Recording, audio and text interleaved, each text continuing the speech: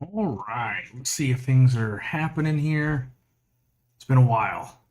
I had to get some stuff done, and now I think I'm back for a while, so that's good. Got some traveling done, got some people traveling in town.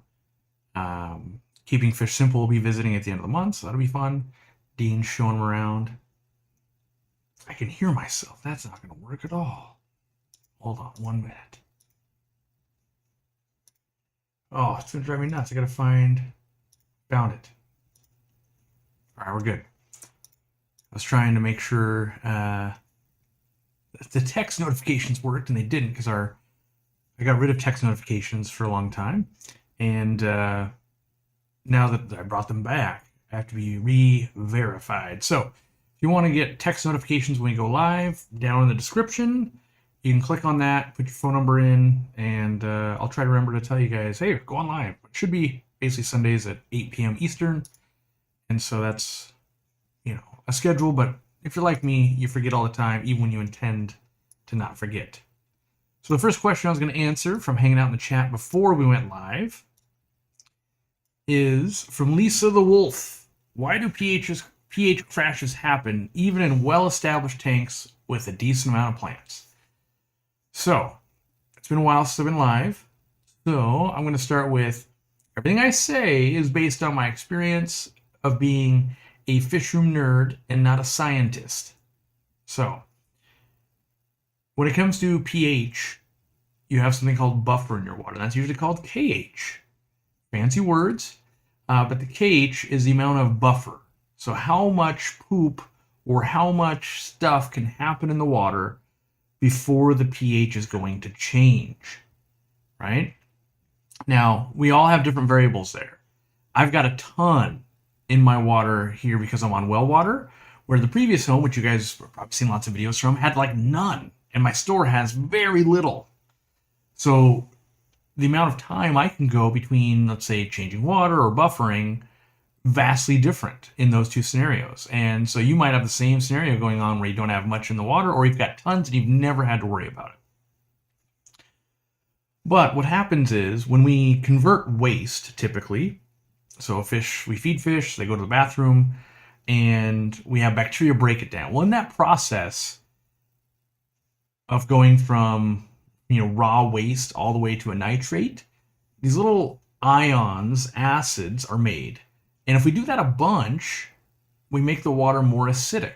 So over time, we could have an 8, and we can get all the way down to like 6. And that's where your tank crashes, right? It takes a long time, usually. Unless you don't, maybe you started your tank at 6.8 pH and you had no buffer like my water at my old house. Then it didn't take very long at all to go, oof, skin's starting to burn on these goldfish, or these snails don't have any shell left. So usually we like to buffer it up. Sometimes it could be just changing more water. Maybe you've had this great, amazing planted tank, and you're following other people's wisdom of like just never change water, and that'll work for a long time for certain types of water for sure. But over time, you should be doing some water changes. I do them mostly out of fear that I won't see, ooh, we're dipping down. And so even in, if I'm buffering up with crushed coral or something like that, and I shouldn't really have to worry, even in those scenarios where the bioload's very low, I would still change water at least once every 6 months or so, not out of a nitrogen getting too high or anything like that, because the plants are probably eating all that, but mostly going, stuff starts to build up in an aquarium we're not measuring for, and then also I don't want to see a pH crash. Now, if your water has no buffer in it, doing a big water change could go against you if you had crushed coral buffering it up. So, we definitely have articles on how to use crushed coral and buffering and things like that. And old tank syndrome, I've got videos on it. And so my advice is, do some water changes every once in a while, even if you don't think you need to, but not every week. Get something in your water to buffer it up. I typically even use crushed coral in these tanks because my well water changes. And so in the middle of summer, it actually goes down a bit, and I, was worried about one of my turtles, for instance. And then the bioload does matter. And then there's other things on top of all of that could be influencing that. And that would be things like driftwood. If you got a bunch of driftwood in there and all those tannins and everything you put into a tank basically starts rotting. that was organic. So wood and catappa leaves and food and dead fish and root tabs and soil and all these things. They start breaking down, and when they're breaking down, they usually release like an ammonia, and that ammonia gets processed by our aquarium, and then it makes little acids. And so a big old honking cool piece of driftwood can actually start pulling your pH down pretty good, or using a soil substrate, whether it's like an organic Miracle Grow type thing and you're doing a dirted tank capped, or if you're buying like an ADA or a Fluval soil or something like that. All of these things start playing into what is the water parameters going to be doing, and it makes it very difficult for most people, because what works well for you, you start giving advice based on what has worked well for you, but then someone down the road or in the next town over or the next state over has completely different water, and maybe they aren't using that substrate, or they aren't using a ton of wood, or their water does or doesn't have buffer in it, and their substrate they use does or does not add some buffering capabilities. And it gets really confusing for a lot of people when something like crushed coral buffers your pH and your KH up, where like a shrimp substrate, a plant substrate, the soil types, they buffer it down, and it's meant to buffer it down for like crystal shrimps. And so if you don't know the difference and you're just going, yeah, I bought something to buffer, it might be buffering the wrong way compared to what your water is, though. And so actually, coming back from Germany and everything, I'm going to play around with some soil substrates because I want to see what it does starting out very high. So I'm very high. Uh-oh, my comment. I didn't mean to remove the comment. I meant to unpin the message. How do I can't bring that comment back. My apologies, but I was trying to unpin the message there. I want to see if I can, my end goal is, can I get something to level out at like 7.2 to 7.5 pH while using shrimp soil or, a plant soil, starting with hard water and stuff like that. Because I don't like, I'm the guy that never likes super acidic water. Anything below 7 makes me uneasy. And I think it's, just from the trauma of trying to help people at a retail store with water that comes out at 6.8 and they're not watching it, and 6 weeks later it's at 6.2 or 6. It's so low they start having really bad fish problems. And so I prefer to always have a 7 or higher. Plus I like snails, I like lots of hard water fish, or I guess I should back up, because pH and hard water have nothing to do with each other technically, but in general, things that have hard water usually have higher pH that goes with them. And so I find that above 7 to 7.7 or so, in that range, I can keep almost any type of fish. Now, there are things that don't thrive in that. Some of the, like the blue neon rasbora, pseudodanios and stuff like that. There are fish that don't really thrive in that environment, but most of the stuff you'll walk in and buy in a pet store would. And so I'm always aiming for that myself, and it makes my hobby a lot easier. So that's why I do it. All right, let's see. I saw some more questions here. Will I be getting rid of the sad chromis? I know of 2 people local that would buy them. They're coloring up a little bit. So I haven't lost hope. I'm in my fish room, I tend to let things go on for way too long as an experiment. So, because I have the fear of like, oh, maybe I'm going to miss out. Like, what if they are going to finish coloring up in 2 more months, 3 more months? And so I'll probably wait until I find some chromis that are colored up and I like them, like some leptosomas, and then I need to unload them. That's when I would probably do it. Otherwise, keep feeding them and enjoying them, and just because they're not super colorful doesn't mean they can't enjoy that tank, and I can still watch their behavior and all of that. So yeah, but since you guys have seen that video, they have colored up a little bit more. Now, nothing even close to that picture. Like, I don't want to get you guys' hopes up, and I still think it was disingenuous to show that picture on wild caught fish. To me, I was bamboozled and thought, hey, this is a picture of what I'm getting, and they're adults and they're wild caught and they're a bunch of money. And instead I go, well, I definitely got some sardine cichlids, which is kind of the common name of them. So okie dokie. Let's see here. I know what I need. I want to look at viewer activity. Let's see here. My platinum angelfish has a swim bladder. Wait, has a huge swim bladder stuck on the surface. Did the med trio, Epsom salt baths, heat, aquarium salt, and can I use a hollow needle to let the air out? So yeah, you can. That's called aspirating the swim bladder, and it can be done, but you usually are left with what's called a belly slider, which means rarely does it regenerate that swim bladder, and so if it's not swimming, it's sinking, and so better than stuck up on its side, I guess. But the reality is probably that fish is not going to thrive like other fish, and you've done a lot for it. You may not be able to save it, so just kind of know all that going forward, and not everybody's into, let me take a needle, stab my fish. They're not going to enjoy that. You got to have a steady hand, and you got to kind of get it. I don't even know on the angelfish exactly where it is, but like on a pufferfish when I was doing it, it's real on that lateral line. I would have to look up at an angelfish, being that it's more of a circular shape. Is it still on that lateral line, or is it positioned a little bit differently? You'll be able to see, usually you'll see the belly and everything is distended, but you don't want to stick a needle where it's not supposed to be going. You kind of want to look like, where are the organs and where do I need to go in?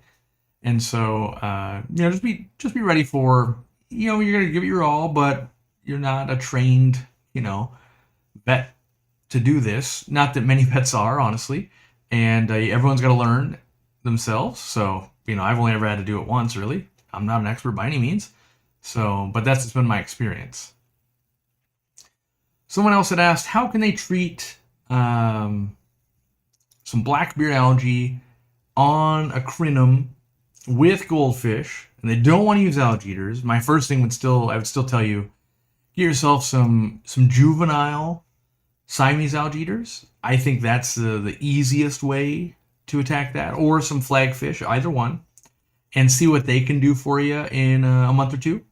And if that doesn't work, that's where I would probably come in with some hydrogen peroxide. And I'm a fan of spraying it directly on the plant. That plant's kind of a hard one, because as you lower the water, it's going to lay down.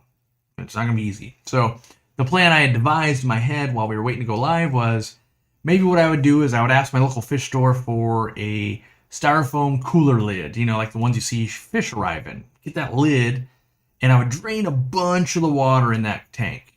And I will have cut that lid so it'll fit inside, and that will float on top of the water. Then what I'll do is I'll get as much of that crinum as I can and lay it over that. And maybe you got to, swirl it up a little bit, because, I don't know how long your crinum is. They get huge. And from there, that's where I would probably spray some hydrogen peroxide, let it sit for 5 or so minutes. And then I would start refilling the tank. And, at 5 minutes, I would also have another spray bottle, probably spray some water on it, keep it damp the whole time.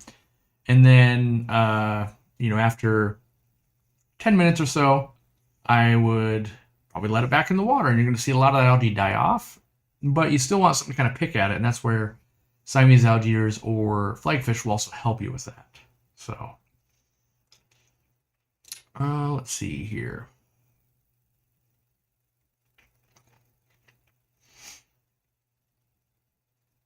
Dimilin is what LRB Aquatics uses. Yeah, Lucas Bretz and I don't see eye to eye on meds at all. He always uses different meds than I do. I have used Dimilin in the past, but it's more, I've used it for anchorworm and basically fish lice and that kind of stuff.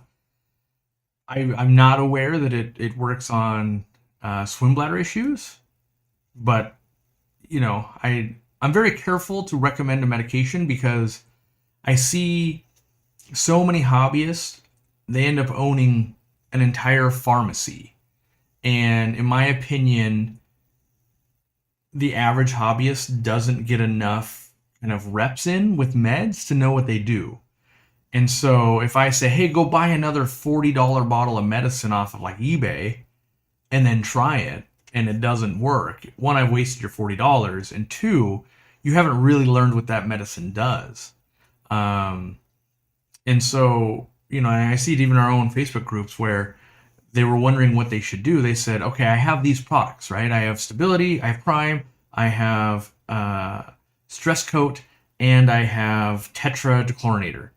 And they had some ammonia, and they're wondering which one of those should they put in. And my brain goes, oh, we've wasted money buying basically 3 of the same product. And most likely, if we took that same budget and the customer had been led in a different path, they're less likely to have ammonia. Not that we would totally prevented it, but maybe we, maybe we upgraded their filtration or lighting, or maybe they have some live plants, or, usually having 3 of the same product isn't going to help as much as some other avenues that may have helped prevent the problem they're in.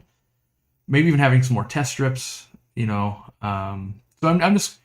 I'm careful to recommend meds that I don't use all the time. Also because then it starts a chain reaction of, but can I use this with this? And my answer would be, I don't know. What do you mean? You recommend using Dibblin? Yes, but I haven't tried it with all of these different types of things. And even when you start asking, like, well, is it shrimp safe? Is it, frog safe, axolotl safe, turtle safe? We get these questions all the time. And for most meds, I won't have the answers because there's thousands of meds out there. Now, I do have the answers for meds I use all the time. But in my situation, I like to be more careful, and you can always, follow other YouTubers and see what they're doing. And that's how we've all learned this hobby. None of us would pretty much know anything without learning from each other and our own experiences. So it's, I definitely have taken my career more to learn what you can from others, verify for myself though, because I would say at least 50-60% of everything that I hear before I've done it myself turns out that in my own practice has not been true. I think of the hobby as one big game of telephone. So you hear something and then you have to repeat it to somebody, but you change one little word. And then that person changes one little word and one little word and one little word. And pretty soon you get to these things of you can never have enough, filtration. You never have to feed your fish. Natural tanks are the best. Water change 100% every day. Discus will die without XYZ. Bettas need, ABC. And so I would encourage all of you, take everything with a grain of salt, take information in and go, okay, I've studied this. Now I'm going to put it into practice. I'm going to see what the results are. Do they line up? Do I get different results? Should I change what I'm doing? And we see it all the time. Even with the Med Trio, some people say, oh, I've killed all my bacteria. I don't typically have that problem, but I don't typically have aquariums on the verge of, crashing out on bacteria and things like that. So we try what we can to prevent that. Now, it's very hard with everyone's having different water, different types of fish, different experience levels, different amounts of water, different filtration, different lighting. And we're all trying to reinvent the wheel. A lot of times, we're trying as hard as we can. So we want to know, like, well, can I use a UV sterilizer and the 6X medication? Comes from the right place. They don't realize it'll counteract each other. But, that's how we learn. I've had a breeding group of Cyprochromos leptosoma for about 5 years. They're definitely slow to show color. Yes, I've bred hundreds and hundreds and hundreds of leptosoma, or I guess Cyprochromos, which is a Tanganyikan cichlid. Probably 4 different varieties or so. I mean, I used to breed them actually to pay the rent. Before I ever owned Aquariumcoop, I ran a fish store that specialized in African cichlids, and I didn't make very much money. I made $12 an hour, and I had to drive an hour 45 minutes each way to get there. With traffic, it was more. And part of it was breeding fish and then selling them to the store and then selling them to customers. And that was how I kind of bridged the gap to making that work, because it didn't make a whole lot of sense otherwise. I also had a cleaning business on top of that. So, if you're looking to start your own store, realize that it's, you might have to do a lot to get that off the ground. And got to learn lots of aspects of all of those, so I know the breeder side of it. I know the store side of it.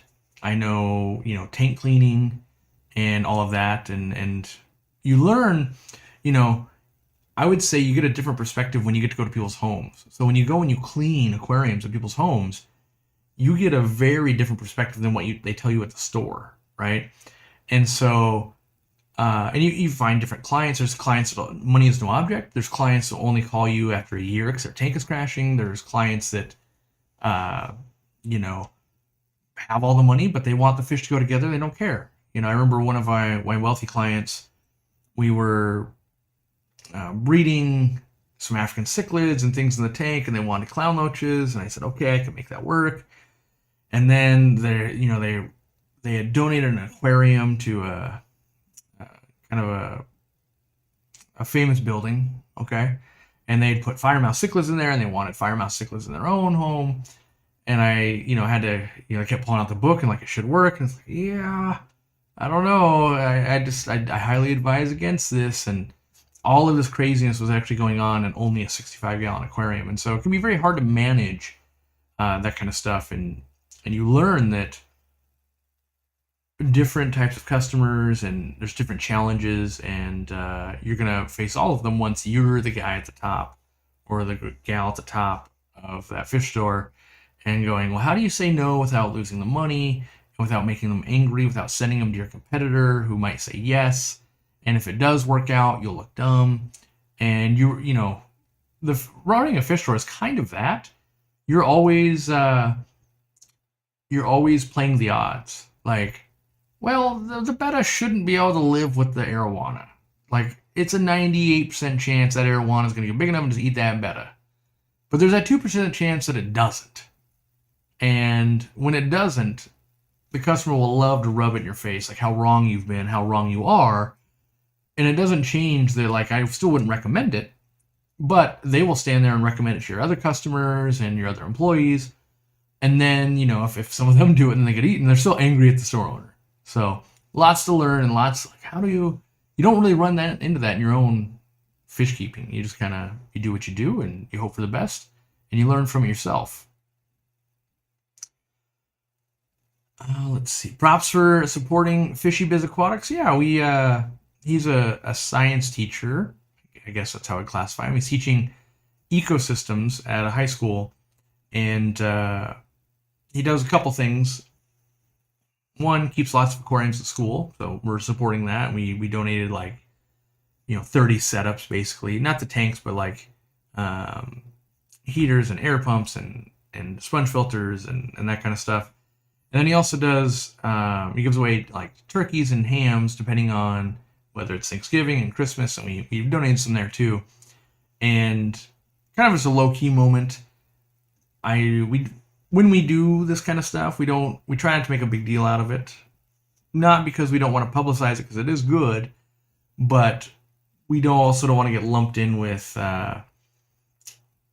other companies that maybe are 100x as big as we are, and they're like, well, we gave you $100. So keep it down low, and we just try to do good things where we can see. And from what I could see, he's doing a great job with the kids and getting them started early, and we value that. So we've committed to helping him as much as we can, and if he sends an email and needs something, we're gonna help him.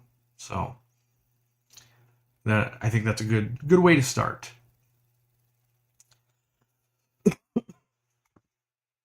All right.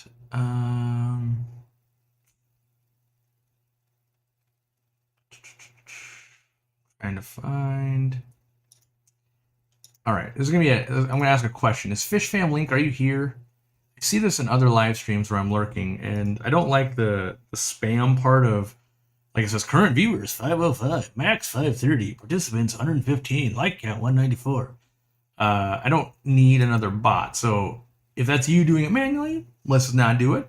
If it's automated, then we'll ban it so we don't have to see that going. Let's see here. Any new products in the works? Yeah, there's definitely some stuff I saw in Germany that gave me some inspiration. Still working on easy GH tabs. We've got a few other things we're doing, but we've got some other big projects we're working on, and mostly just trying to, I guess, settle down my life, the work life, all of that, get it in a nice healthy spot. I want to set up some more nano tanks. I want to kind of play around here a little bit more, some of that stuff. It was fun to hang out in Chris Lukup's kind of office area and just have some like, oh wow, you can just be at work and look at some aquariums. That was inspiring. I haven't had that in a long time, and you kind of forget how you miss it. And so I might be doing that. So we'll see where it goes, but nothing too big in the product wise. And even if it is, like, it kind of only hurts us when I mention it. So I took a break from live streaming and really wanted to re-examine, like, why do I want to live stream? And it's a couple of reasons. One, I want to answer questions live because I think that's a good service to be doing. I want to be able to talk about products when we do launch them and answer questions about it. Like, I've seen, like, because I haven't been live streaming since we launched the the Easy Flow kits and things like that, I'm just seeing like, oh, people didn't know that. Oh, that's interesting. Because we don't go out of our way because it's not a good selling point, but people also don't know it because I haven't shown it in a video or anything. And so I want to be able to do that on the fly. And mostly I want to get back to just being one-on-one with the people. And so it's not that I'm not going to talk about business ever, but I want to make sure it doesn't turn into only that. Like, what are you working on? What's the next big move? Instead, I need, as much as you guys need it, I need to talk about aquariums and enjoy that to keep doing what I do. So as I took time off, I kind of spent time going, what part is the part I like? What do I think is important? Why should I be doing it? And should I be doing it? That was another question. Should I? And I think after taking some time off, I go, yeah, there's reasons I want to continue to do it. And so I will focus on that instead of, maybe marketing or something like that. Not that I was always focused on that, but that'll always be a part of my job. That is, I'm here to sell our stuff. I've always been that way on YouTube. I think I balance it about as well as I can. But, I want to make sure we don't go too far where I don't have fun. Any tips for killing hair algae, but not the Java moss it's covering? We used to farm Java moss at the store that I managed before I opened Aquariumcoop. And we would use 125-gallon tanks. And we would lay out the Java moss. And we would take mesh, like metal mesh, and we would drop it on top of the Java moss. And as it grew through it, we then could cut it and sell it in like 3x3 sheets, right? But sometimes there would be too much algae because the 125-gallon tanks were sumps for African cichlid breeding tanks. And when that would happen, we would just take an army of like a mono shrimp and just put them in there and never feed them otherwise. And so you get this army of mono shrimp, and they would basically chow through it after some time, and then it would be good to go. We never found a good way to do it otherwise. Maybe someone else got the right answer, but that's how we were able to do it on a big scale. I don't know how much gel moss you have. Mono shrimp aren't the cheapest thing, but they are pretty good at munching down if they're not getting other food. If they're in with a normal tank, a lot of times they're just going to go, well, eat these bloodworms, these other snacks, and not so much this algae. What are some examples of picky fish being trained on simple flake food or pellets that I've seen? Pea puffers and virobites. I've seen that. I think it really depends on the pellet. Like I brought back some food from Germany, and it's this really moist pellet from this discus. You guys will see the video eventually. Like it leaves your hand crazy greasy but I think I could convert fish to that easier than like a flake food. But I've seen in extremes, I've seen so much stuff that shouldn't eat anything but like frozen or live, and eventually it does go over, but not with those types of fish. I wouldn't say it's in the, go back to that percentages, like 70% of the time they don't convert easily. And so it's not easy to go like, oh yeah, you'll just convert. Like even pea puffers, when you say like, oh yeah, they'll eat virobites, like yeah, some will, but some never adapt. Some have problems even eating even snails. Like they'll only eat frozen. Like animals, I think we need to remember that fish are, think of them like dogs and cats. You've seen a million of them. They all have different personalities. They all act differently. They all want different foods. They all have different allergies. They all have different things. And so it's still going to always be a lot of trial and error for every pet you're keeping, basically. And so that's why we end up with a lot of foods. That's why we end up with just all this variety. So I like to feed a big variety to a tank. I think it makes it easier. And that's where I do see a lot of crossover. Where, oh yeah, they're eating their bloodworms, they're still hungry, and they grab some virobites, and then pretty soon, and they grab some other pellets. What are my thoughts on balloon mollies? I think they are awesome. That is the unpopular opinion. There'll definitely be a lot of people who says, hey, they're cruel and inhumane and whatever they want to say, but I think they're amazing. I think they're really cool looking. I like that they stay smaller. I find them hardier, which, you know, people are going to say, I can't believe that. It's been my experience. I'm actually on the lookout for some high-end balloon mollies. I haven't seen any recently, but I will definitely buy some.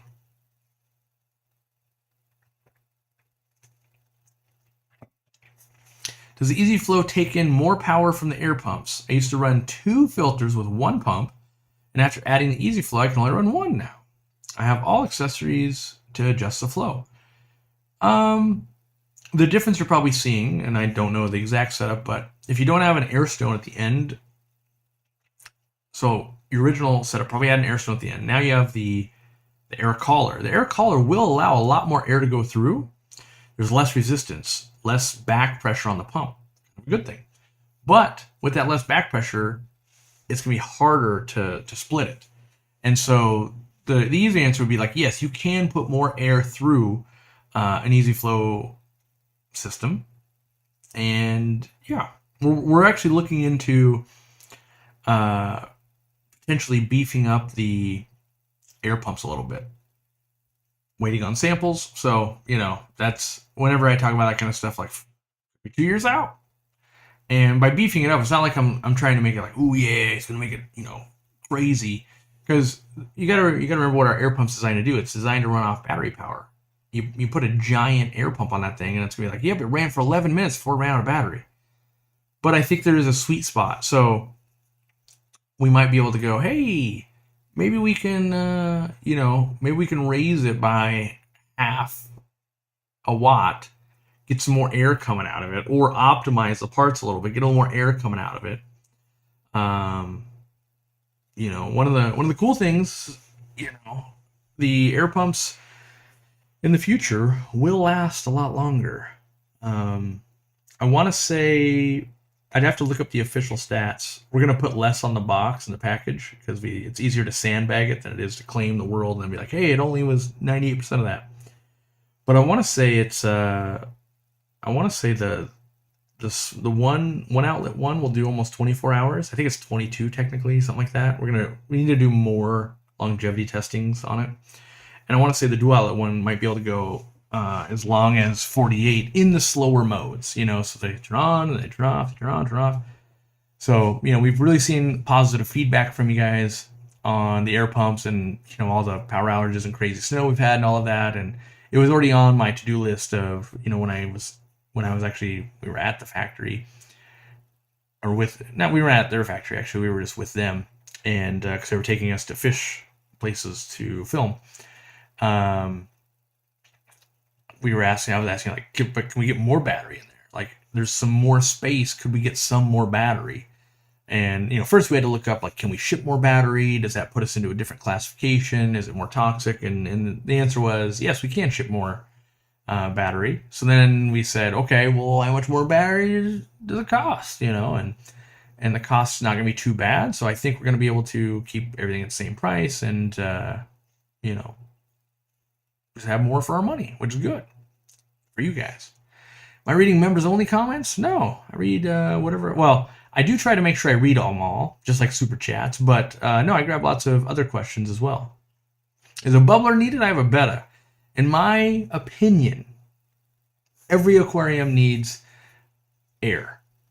That is a hill I'm willing to die on. And finally, I met more people when I was in Germany that agreed. I mean, I meet them in the United States and stuff as well, but like the discus breeder that had amazing fish, and you guys will see that, very strongly believed in every tank has to have air. It's so important for the biological filtration and all that kind of stuff. So I agreed with that. And I've always agreed with that. And there's so many benefits to an air stone, even though you have a betta, and it can go and breathe from the surface and all of that. I like the fact that it is low-powered filtration, so it doesn't take a lot of energy. So we save energy, that's great. It also creates flow in the aquarium. I love that too. It also, and then people will be like, this guy's crazy. In most aquariums, add CO2 for your plants. If your plants are growing really well and they're using up all the CO2 in the aquarium, by having an air stone going, you will be diffusing oxygen and CO2 back into the water. So I like that aspect of it as well. And then I also like the fact that you can use it in a pinch in power outages, right? And so things that you can do that I need to make some videos and people poo-poo them and all that, but I run into a lot of people that have aquariums stuck in a room where they are not. So if your power is out and you've got like one fireplace or one, source of heat in your home, but your aquariums, maybe you're in their basement or in a different room, and you can't heat all of it, right? You can heat where you are. And so maybe you're, putting up blankets or something to trap the heat in that one small room. Well, if you have long airline tubing, you can keep your air pumps in the heated room, and you can run the airline tubing all the way to those aquariums. Works out pretty easy. Airline's pretty cheap. And if you have tight-fitting lids, in my opinion, I found that I can actually heat an aquarium decently. Now, it's not like we're going to make up a 20-degree difference, but I notice big differences when I do this outside. And so I run an air pump inside my garage or my fish room, and we drill a hole, we go out with the airline tubing, and we go to a pond. As long as that pond has a top, all the distance between, where the lid is basically and the water could be a nice, oh wow, that's 72-degree air. That is going to passively heat very inefficiently. But that's a big side tangent in that I think air pumps and air in general in aquariums is the investment is so small for all the versatility and all the benefits you get that I tell everyone, like, but you should just have one, even in that planet tank with injecting CO2. Even then, and the crazy part is when you have a dissolved oxygen meter, it's even more important, because at night, in the morning, you're going to get to the point where the oxygen is so low you really need it. And so when I was new to the hobby, I thought, oh yeah, to have high CO2, you don't want that. And because I thought they played with each other, high CO2, low oxygen. Oh, high oxygen, low CO2. No, you can have high oxygen and high CO2 at the same time. Very easy to do. Just most people don't do it, and they think they don't need it, and they think, oh, well, my filter will do it. And in some cases, the answer is yes, but they don't realize how much oxygen exchange isn't happening when you have floating plants. And a lot of people, especially with bettas and stuff, you would love to have stuff floating.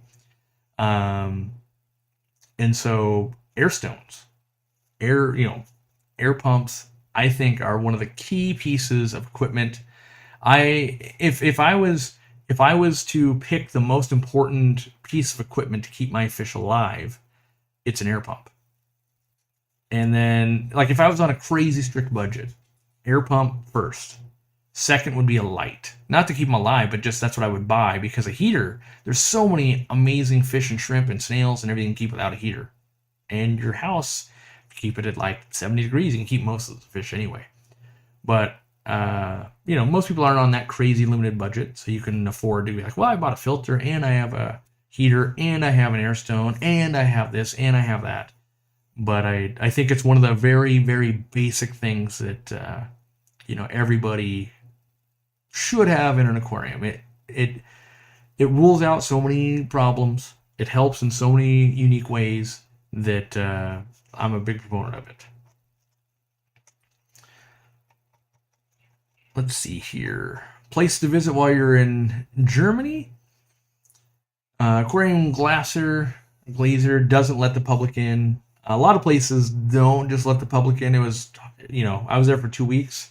Spent a whole week kind of trying to get into places and line up schedules and all of that. And they were having snow and so I don't have a lot of great recommendations. I would say check out the German fish tubers. They can kind of show you some places, and Germany is pretty big, so sometimes like, oh, I want to go there. Like, oh, it's 5 hours to get there.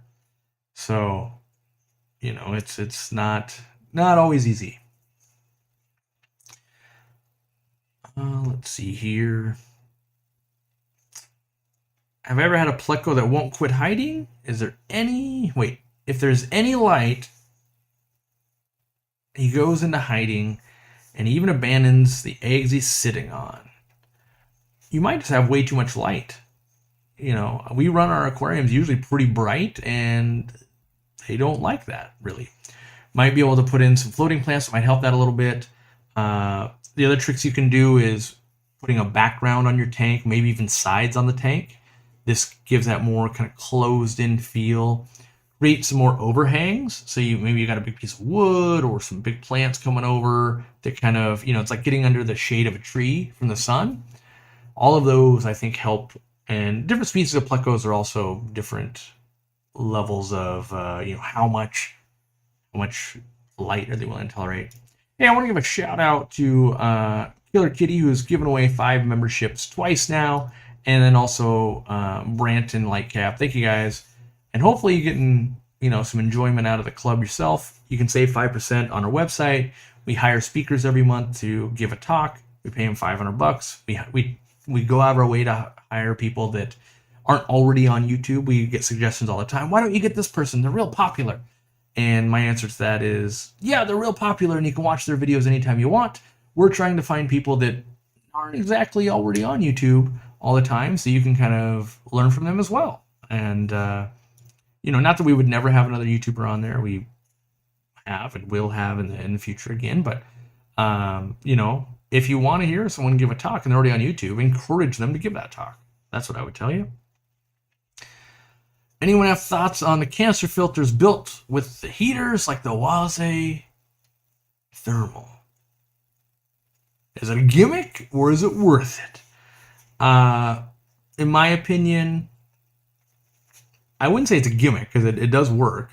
I just don't think they're designed super well, and they do a little bit of misleading on the packaging on how like the filtration works on those systems, and I think they're overpriced.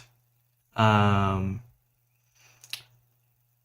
that being said, they're not bad, but I'm always trying to judge how to spend people's money, which is a bad thing. I just, I think there's a lot of people who are influencers that have gotten Waze products for free.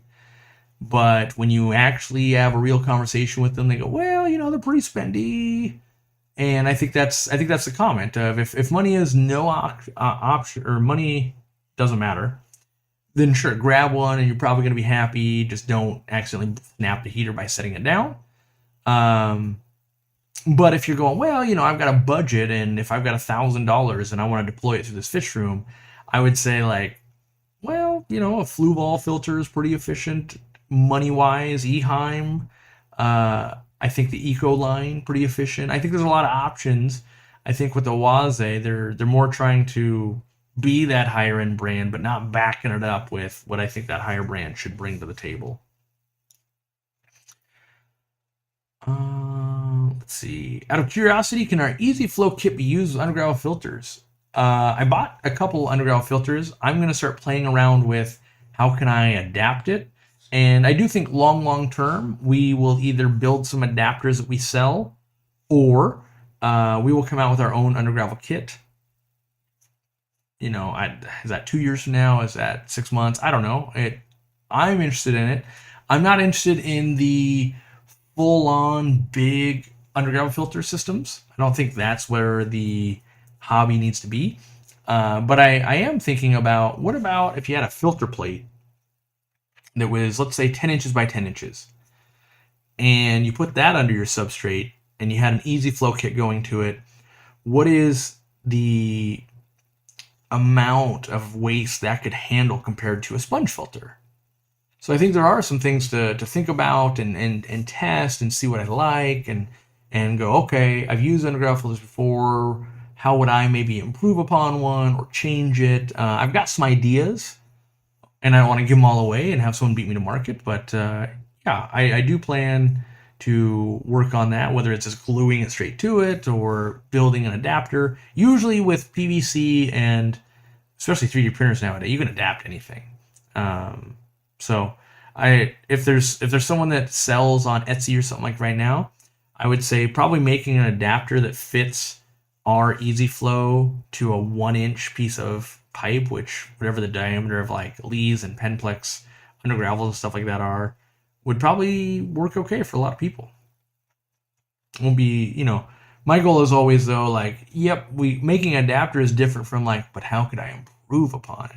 I've got some ideas on how to improve upon an under gravel system altogether that I want to give a try to. Let's see here. I have one of the Waze filters on a 65 custom.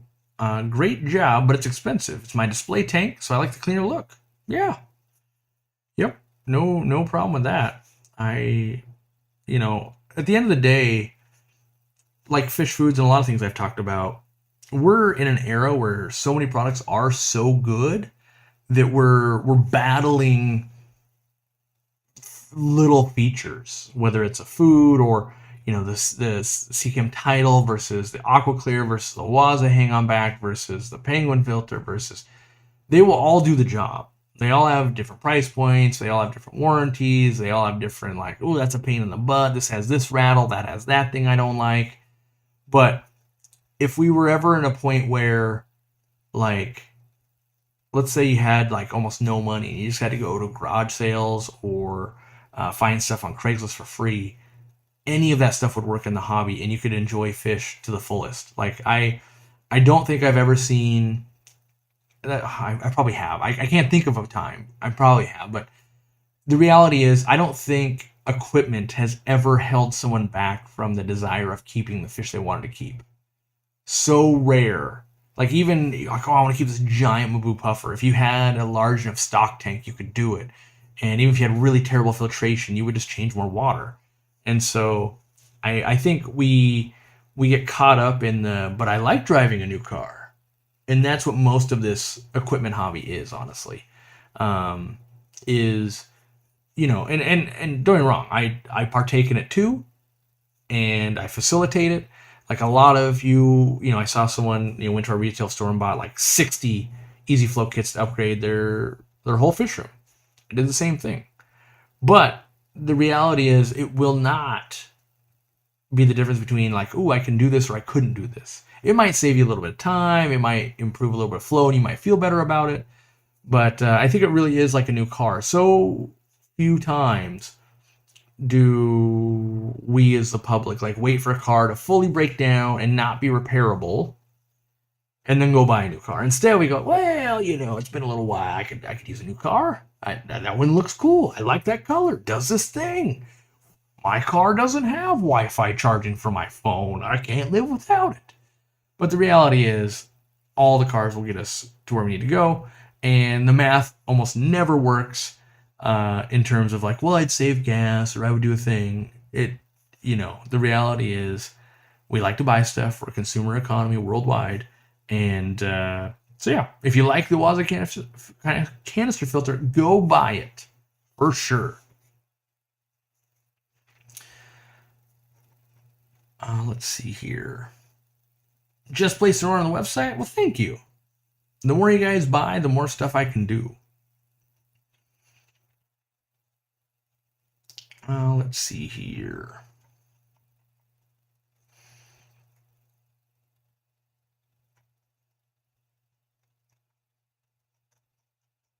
Scrolling to the bottom.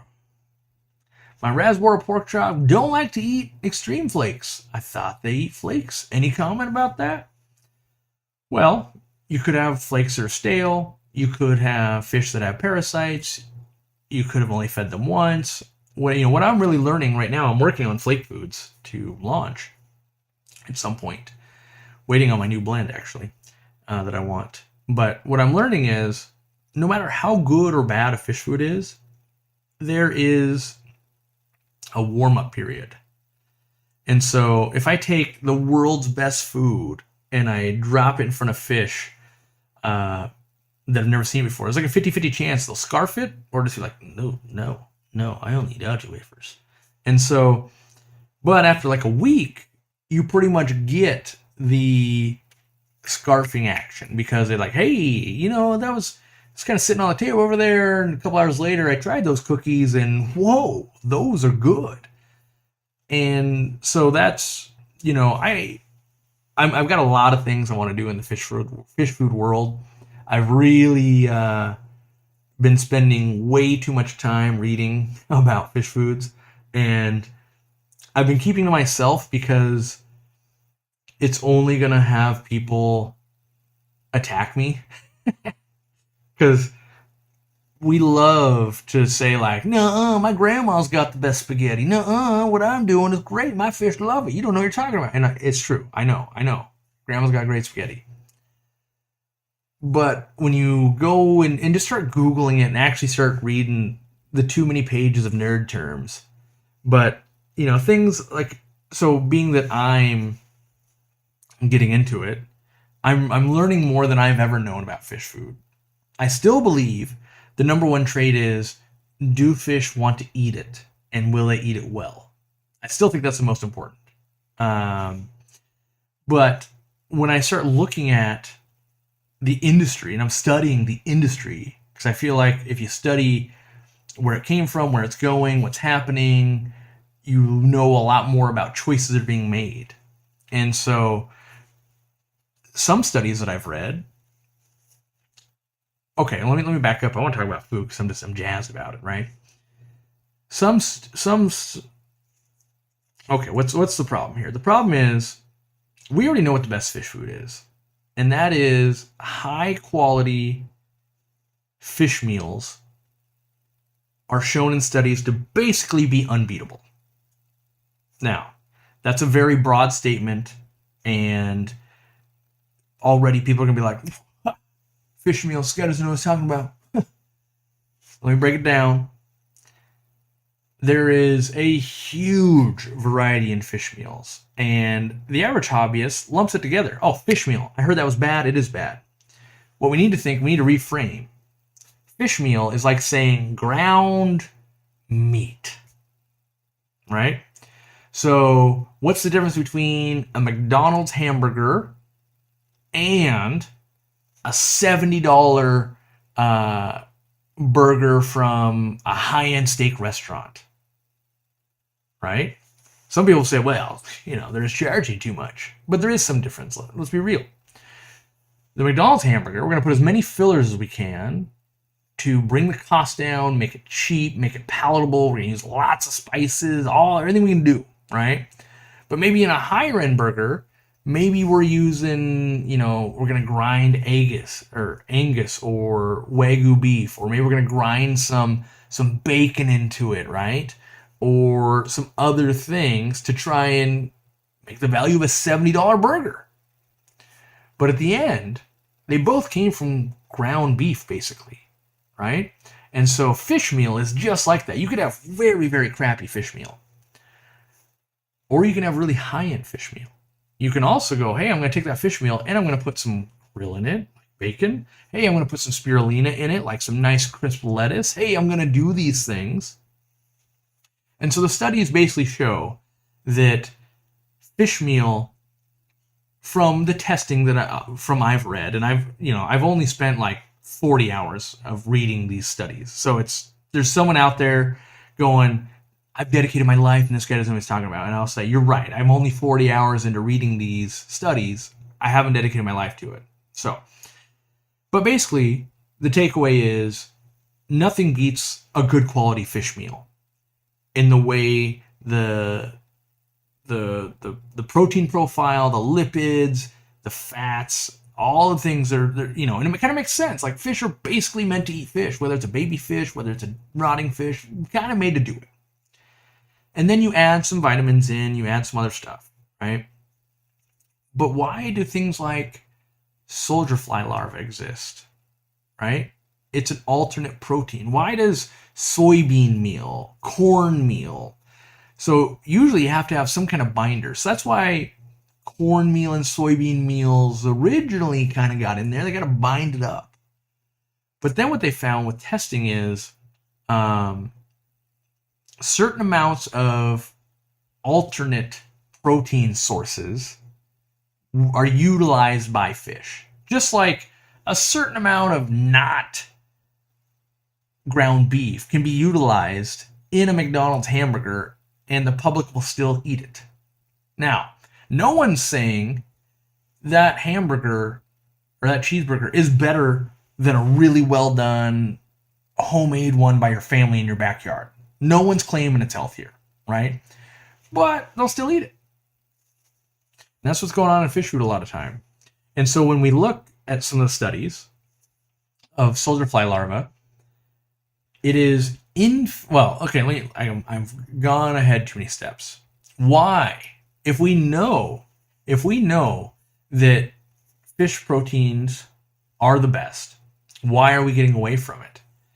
Because over the years, fish proteins have become too expensive to feed to other fish. And this comes from fish like agriculture, where we need to raise 40 billion prawns. We need to raise 2 billion salmon. We need 8 trillion catfish. We got to make 40 billion tilapia. It became too expensive to feed fish to fish. So then they go, well, how do we keep the price down? Can we look for other things they would eat? And that's where the studies started. And one of them, you can read about, like soybean, like hydrogenate and other things. Like even just using a soybean in different modes have different palatabilities, different protein profiles. But the one I thought was very interesting was soldier fly. So the black soldier fly. It makes sense. Oh yeah, fish eat bugs, right? Sure. What they found, and I'd have to look at the study again because I don't remember exactly, but up to a certain point, they found that soldier fly larvae, it was like, I think up to 15%. So if let's just think of the burger patty. You go, okay, I've got 85% ground chuck, and I've got 15% tofu. Let's just call it tofu. Or soldier fly larvae. You're mixing it in, right? Bugs. Up to that, it actually made the fish grow better than without it. So 100% ground beef did a little bit worse than with a soldier fly larva. Huh. What they learned, though, is over 15%. So now you go to like 25% soldier fly larva and 75% fish meal. They did worse, right? And they also did, okay, well, let's do 35%, 50%. It did worse every time. And so when we see these products where it's like, oh yeah, this thing, first ingredient, soldier fly larva, we think, oh yeah, great for the environment, which it is. It's better for the environment. Great for the fish, which, at least in these studies I'm reading, it's kind of not. But it's the marketing hype. And so you would, a good fish meal mixed with some soldier fly larvae would be a pretty good thing in not high enough amounts. The same thing was found to be true for spirulina and a lot of these other, even krill, a lot of these other things. They can make it more palatable. Everything kind of does something. But from my research so far, a good quality fish meal has not been superseded yet, really. And so that I hope and plan to base mine on a fish meal. Now, there are some differences. I plan to base it on a whole fish meal. So my hope is that I will be able to lay it out for you guys, and you'll be able to trust me that I'm using a high-end fish meal that's whole ingredient, not the worst parts. Because fish meal could be all the way from, like the parts you make a hot dog with to, your family's ham dinner. Very different products, right? So my hope is that, we're going to use good parts. We're going to use all of it. Yes, it's on paper going to look like it's got a little bit more ash in the content and that kind of stuff, but it's going to be a better product outside of using we're only using tails and heads and that kind of stuff. And so there's still lots to learn, freshness, all those kind of things. But I think in the way we're going to market it, it's going to make a lot of sense to people. My first thing that I asked is, can we just tell people what percentage is? And they're like, yeah. And I was like, okay, let's try and do that. So my plan, assuming I don't run into a roadblock where I can't prove it or something, is like, well, how about I tell you how much fish meal is in it? Instead of you wondering, it's the first ingredient, it must be a lot. But there's so many tricks you can play with that. So my hope is that we'll be able to say, yes, this amount of brine shrimp is in there. And yes, this amount of spirulina is in there. And this amount of this is in there. Instead of it's ingredient 9. How much is that? 9. And I first saw it in Sarah Foods, so shout out to them. I loved it when you can read a Sarah package, and at least it'll say oh, this is 4% gramaris and 2% tubifex. Still doesn't say how much the fish protein was, the first few ingredients, but I love that. And I thought, if we can be a little more transparent, I think that's going to be good. And I'm hoping it's not going to bite us in the butt. I don't know why other companies aren't doing that other than, that's going to make it seem like I think they're all cutting corners, because I don't think that's true either. But I think a lot of times it's just easier to be lazy. Oh, we don't have to certify that? We don't have to ask them? We don't have to do the math? Let's not do that. So, all right. The pest silver and bighead carp in the U.S. can be made into fish meal, right? I don't know. I assume so. I'm not going to go out on a limb and say every fish can be done. I don't know. I'm mostly working with what fish are available and are going to make a price point on food we want. Because at the end of the day, I should just be grinding up discus babies and other things from the Amazon River to feed to our Amazon fish. But we're not going to do that, right? So we're going to look at, what makes sense, because we want it to be affordable. I think that's important. Will the fish eat it? And is it affordable? It doesn't do me any good to be I've got the best fish food. It's $400 a pouch, but no one's ever done better. Doesn't do us any good. Am I gonna announce anything about the drawing I'm doing on Facebook? So again, I don't go out of my way to try and do that, because I feel like my goal there is to kind of reward people that are hanging out there and just have some fun. Yeah, if someone buys some lights, that's cool too. But technically, we've got a post on our Facebook group where if you post a picture of your tank that needs a new light the most, and early this week I'm going to pick one and hand a light out. That's it. Not trying to farm likes on the post, not trying to get you guys to join, but if you want to, you can, and go there and hang out, because it's mostly cool to hang out and see what people are doing. Not so much to win this free thing. I almost never do the free things. So it ends up skewing people's mentalities a lot. They go, well, when's the next giveaway? And, I'm going to have 5 other friends join that have nothing to do with aquatics. So I try to do it few and far between, just to give a chance to people that are hanging out and making the magic happen. Am I interested in a secret spot in New York City where you can get wild guppies? I found the spot in the early 70s. Maybe at some point. Right now, no, because I doubt I'm going to jet out there to go do it, but I do want to explore the United States some more. Exploring Germany was fun, and there's a lot in our own backyards that I don't know about. Maybe you guys know all about it, but I don't know about it. So thinking about trying to explore a little more closer to home.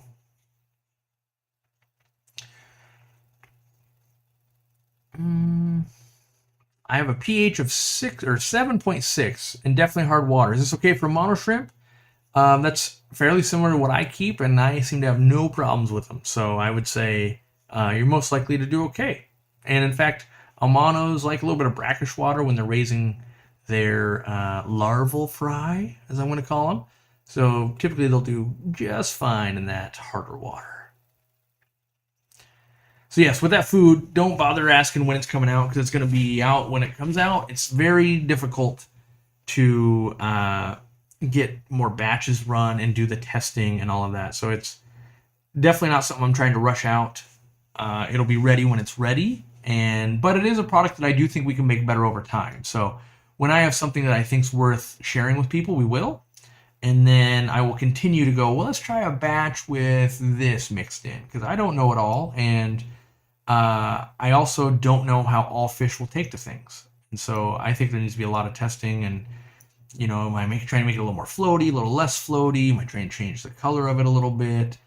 In a perfect world, I don't want to add any dyes to it. I want to, that one of the first flakes I did was the primary ingredient was krill. I took the krill knob and I just juiced it to 11. I said, how much krill can we put in this? I want the max. And at first I asked for too much. Like, it literally won't stick together. Like, you don't have enough binder left in it for it to be a flake food anymore. It's like, okay, well, what's the max where it can still be a flake food? And we got that. And it turns out fish don't care. They're like, yeah, it's a food. I don't care. It's not any better or worse. It is. It costs more money, but it's not better. And so that was my first thing of like, wait, I just dialed what I thought was really good to 11. Why is it not winning? And that's kind of why I went down the rabbit hole of like, but krill's amazing. It attracts fish and does this and that. But you could see in krill flake, like, well, there's a lot of shell in it too. So I do think that krill is a great attractant and can be good in some of the amino acid profiles and everything. But I don't think it's the main thing. I think now that I think about it, fish food is more like a cheeseburger. I now realize like, oh, krill's the avocado. It's not meat. Okay. Now I'm starting to see like, okay, I understand how I'm going to build this food instead of just put 5 avocados on it. Turns out it's a giant mess and people don't actually want to eat it when it's got 5 avocados. I need to bring back the Aquariumcoop ice scrapers. Yeah, it's been a brutal season this year. That is true. Let's see. I rotate Rapashi for my tetras. Yeah, Rapashi is a good fun food as well. You got to prepare it, but I do like it quite a bit. Any plans of exporting products to Europe? We've got a big project happening this year, and then our goal is to try that. We have a contact in Europe. They want to do it. They actually want us to start sending it now, but we have some important projects, and we basically lined up what we want to do this year, and we're not letting anything get in the way of it. So we just have to wait. We don't want to mess it up, basically. 5 more memberships. All right. Thanks, Slith Lord. Wait, not Slith. Sith Lord. Fluidized moving bed seems to have lost favor. It's only lost favor because of no one's promoting it. It's still an amazing concept, still totally usable, and I still believe it's one of the best filter medias for like turtles and goldfish and things. And what I've learned in my own company, and I think it's probably true for most, is you can only promote so much stuff. And what we find is what I promote is what we sell. I don't go out of my way to promote like the Zis fluidized filter. It just doesn't sell. And it's not that it hasn't gotten any worse. It's great. It's just not in favor. And so I think that's always going to be the hobby, right? Like, rewind 15 years ago, sponge filters were not very popular. I love them, and I have remained loving them for the past 15 years. And because my platform grows, I think, get more and more popular. Now, I'll be the first to admit, I'm not claiming I have that much influence, but I think it does help that I do love them. I do think because you guys embrace them, breeders use them. Now, in Europe, not as popular at all. But in America, seems to be very popular at the moment, and so much so they're even making it like PetSmart carries some sponge filters now, which is great to see because when I was first getting the hobby, it's very hard. Like you basically just had to buy aqua clear sponge for their hang-on-back filters and make your own stuff to DIY a lot of stuff. And now it's getting easier and easier. Sand filters are the best. Changed my mind. I have only tried them probably like 6 times in my career ever, and every time they seem like a pain in the butt when you got to dial them down. They're getting more clogged. You're trying to back flush them. I never found a system that was off the shelf where I was like, this is easy to use. I love it. Doesn't mean it doesn't exist. It's just all the ones I tried were not that way. So, when do you like to use this filter? Yeah, mostly turtles and stuff like that, where they're going to bite on sponge filters and that. That's pretty much it. And big goldfish tanks, big heavy bioload tanks, which I don't have a whole lot. Basically, I think they excel the most when what you're keeping would eat plants and you've got a high bioload. So I would use them with big Central and South American cichlids, turtles, mostly that. I'm trying to think of other stuff that would be in that vein, but mostly that.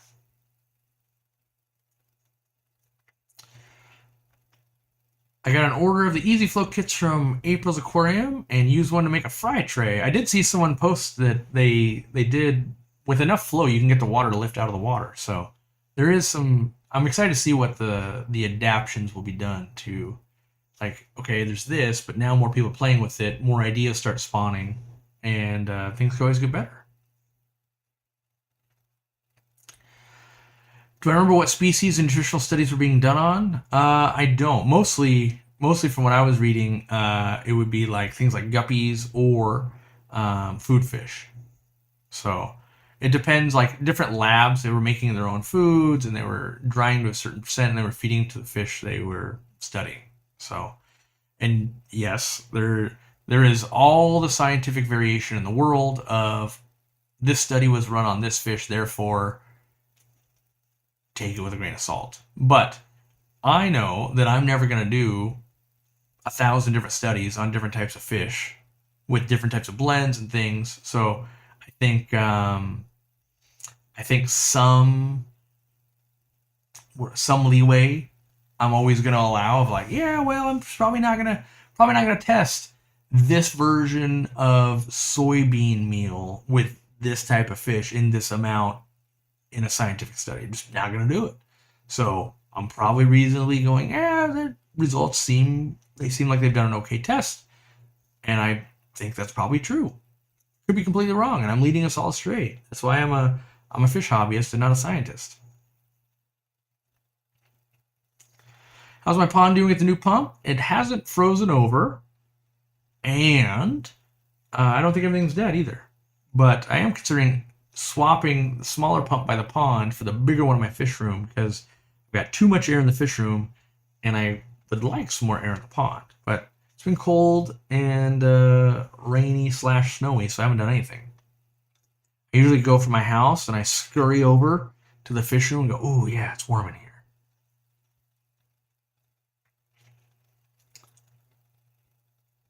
Let's see.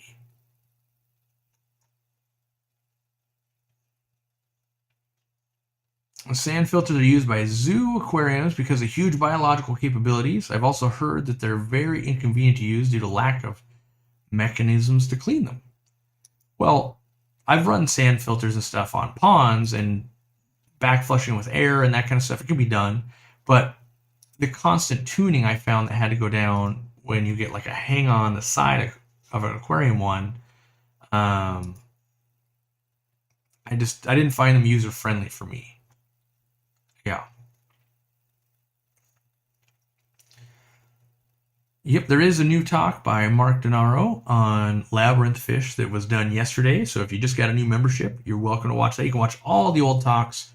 You know, this membership thing's lasted quite a long time. I want to say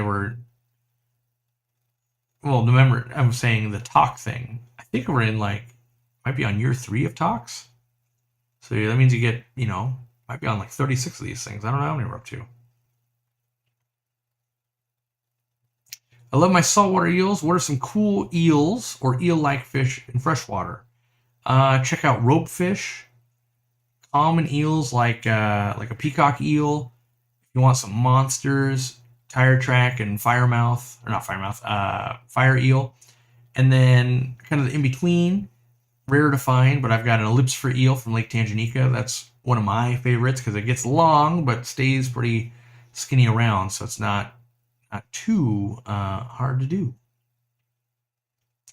I don't hang out with Bob anymore. Bob got a girlfriend. You know how that goes. Your buddy gets a girlfriend. I'm not even sure that guy still lives here. No, he does. I talked to him yesterday. But I've been busy too. He's been working on his fish room a lot. I've been working on my fish room a lot. Then I did some traveling, and it was the holidays. And I think I saw him. I see him last. I don't know, probably 3 weeks ago was when I saw him in person last. I just opened a new bottle of Easy Green, and it pumps out at least 3 times the old bottle. How much is a squirt? Was I underdosing before? Probably. 1 squirt is 1 milliliter. And what happens over time, let me grab this bad boy. You're squirting away, and when you're done, you set it down. Well, there's always some Easy Green left in this spout. And so you could dip it in the water and get it out of there. But when you don't do that, it dries in there. It kind of crystallizes. People don't know that fertilizers are basically tons of different types of salts. And so as that kind of crystallizes in there a little bit, you go to squirt the next time. Oh, it might do a little different dose. Now you can run it under hot water, soak it a little bit. You could just measure it. Any of those things will work. But, you know, when it comes to dosing, I think you're best off dosing, but verifying with test strips. Because as your fish grow, they're eating more food. As you cut plants back, they're eating less fertilizer. As you leave the light on longer, as you do all these things, they change it. And so while, yes, it is meant to like, yep, 1 squirt per 10 gallons, that's just a loose starting point. And if you watch the video from Friday, you will see that, yep, you might have to dose a lot depending on the aquarium to keep it at a level you want it to be. And you verify that with test strips. And yeah. I just dosed yesterday. I put it into a squirty bottle. I didn't even measure. I just went and just like put big squirts in them. And I know it's not going to be like, oh, it's not going to be 60 parts per million, and it's not going to be 4. It'll be somewhere between there. And I know my plants are just going to gobble it up. So up to 4 stores in the Houston metro area. That's right. If you have a store that you want to carry our products, talk to them. Have them talk to us. We don't reach. Well, actually, that's true. We reached out to our first store the other day because it was a guy that I knew from an Aquashella, and I saw a store was doing pretty cool. And I said, hey, you had talked to me before.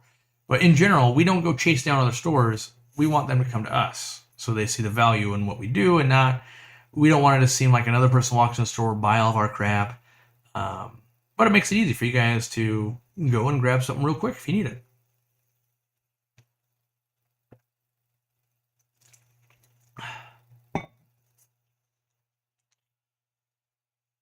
Let's see here. I vote for an Aquariumcoop freshwater poster with all the Pow Puffers identified. I don't think I'm going to live long enough to do that.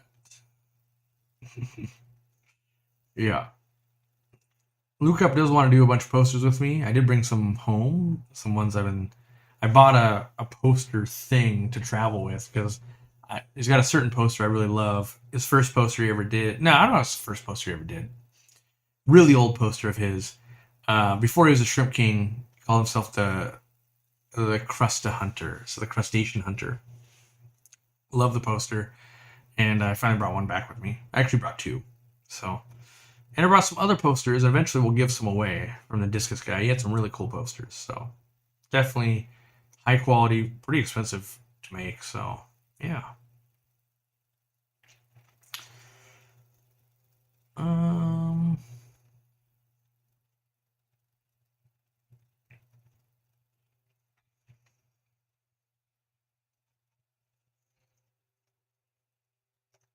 Looking for comments.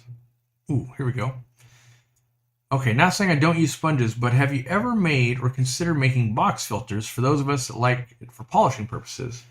I've used them. In fact, Greg Sage made me try my entire store using them, and I hated them, and my employees hated them. Um, so I bought ones from Gemco, spent tons of money, and will I ever make one? I can't say that I won't, but so far I don't have necessarily the desire. I think there's probably some other ways to go about it, and it takes a full-on redesign. And I kind of hope someone else does this, so if someone's listening. But the first thing I would do is, why can't we use a super heavy base like a sponge filter on these box filters? Why do we always have to put like marbles or something to weight it down? Like they've never been updated since like the 70s.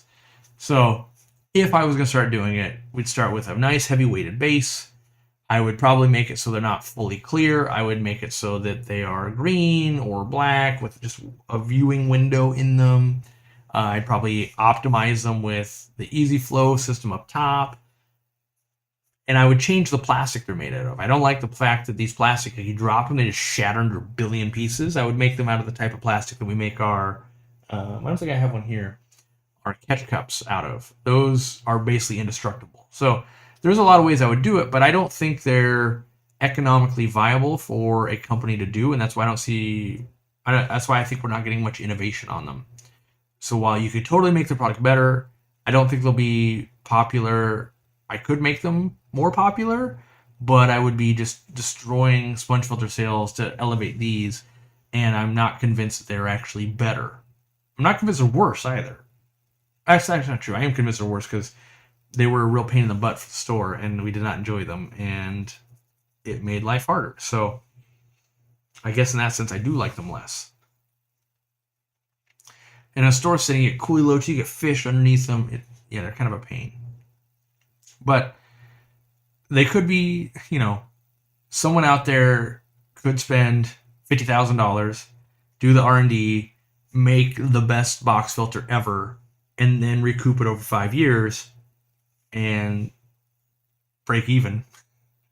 But at this point, we're not at the point where we can take on a project where it's like in 5 years or 3 years it'll break even.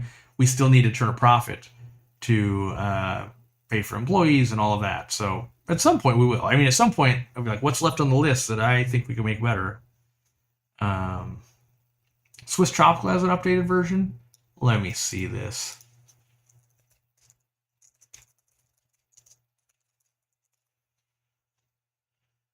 Better box filter. Here it is. Let me see it.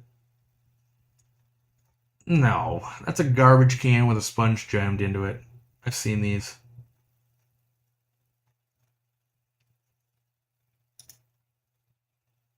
Yeah. I will say, I think it's better. I will say I think it's better than the current box filters, and I'll link them in the chat. But to me, this is nearly like it's like, I don't even know if it's completely a step up from DIY. I linked it there so you guys can check out what I'm talking about. Yeah, what do I think about it? I mean, I can see how it would be usable. Do I think it's better? 4x4x8? 4x4x8? It's pretty big. Do they have a smaller one? Let me see.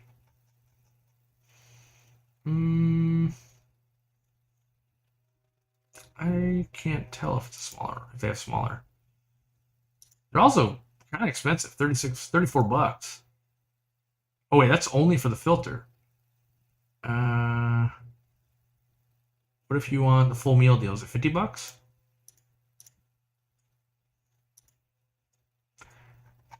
Yeah, I mean, to me, this is just like we prettied up using a sour cream container. I mean, you can DIY your own box filters, and yeah, you can use so another way to do what's being done there, if you're going to DIY it, is just buy like 4-inch black ABS pipe, put a bottom on it, fill it with media so it stays sunk down, throw a sponge and easy flow in there, or just a sponge filter, right? You buy a sponge filter that fits that diameter. All right. Who's the best at table tennis over here? I think so far it's me, but not by a lot. Like I haven't played in like a year, so I can still get beaten by people sometimes. What filter do I need for a Ranchu and a 40-gallon? I really like a sponge filter. I'm biased. I would get like a medium sponge filter and call it a day. You could get a medium-sized hang-on back. You could get a canister filter. I don't know that I would go under gravel filter, but how do I say this?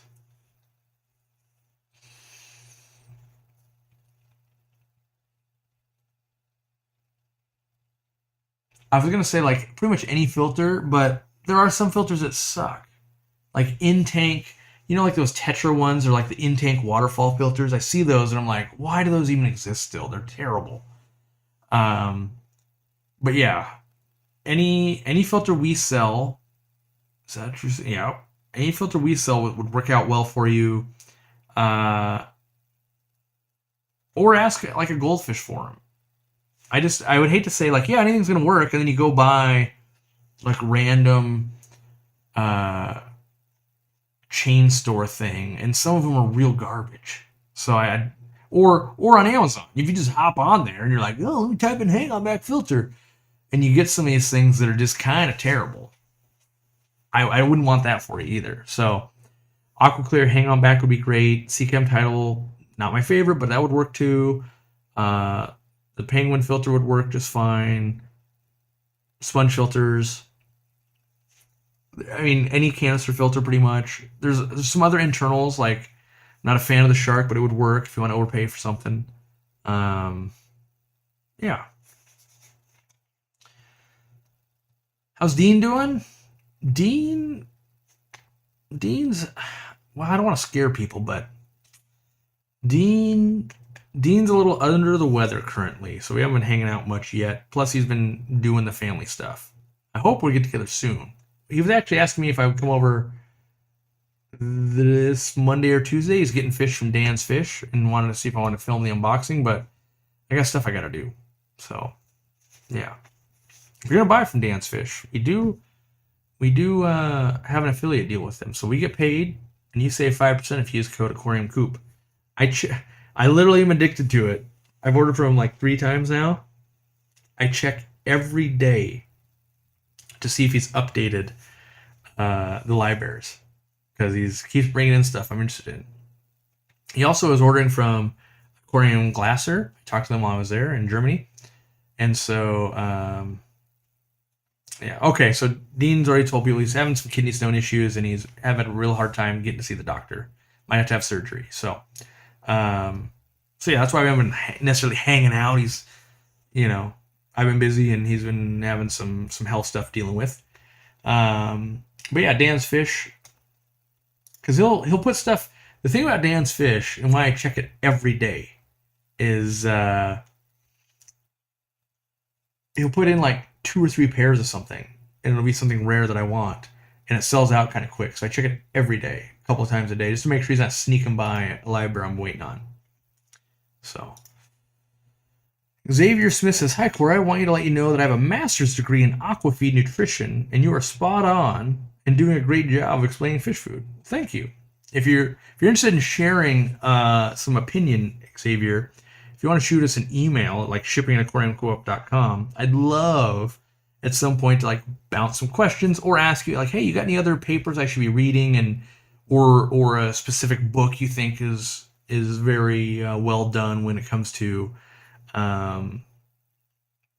producing not so much aquaculture feeds. I realize I basically have to study aquaculture feeds and then apply what I can to tropical fish feed, but I'm looking to learn more. So,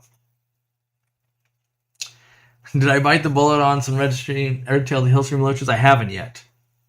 I keep thinking about it, and I have not.